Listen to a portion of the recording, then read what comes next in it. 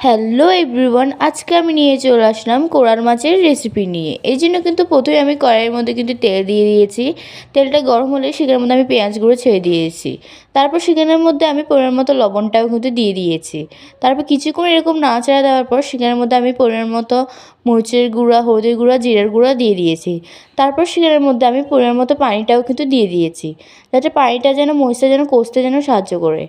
মরিচটা কিন্তু কষা হয়ে গেলে সেখানের মধ্যে আমি কিন্তু টমেটোটাও দিয়ে দিলাম।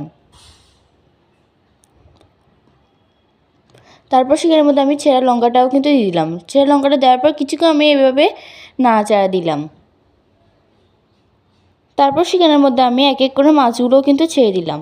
তারপর সেখানের মধ্যে পরিমাণ মতো কিন্তু পানি দিতে হবে। তারপর সেখানের মধ্যে লবণ দিয়ে কিছুক্ষণ এরকম রেখে দিলেই আমাদের রেডি হয়ে যাবে কোরাল মাছের রেসিপি। ভালো লাগলে চ্যানেলটা সাবস্ক্রাইব করে দিবেন আর লাইক করে দিবেন। সবাই ভালো থাকবেন, সুস্থ থাকবেন। দেখা হবে পরে কোনো ভিডিও।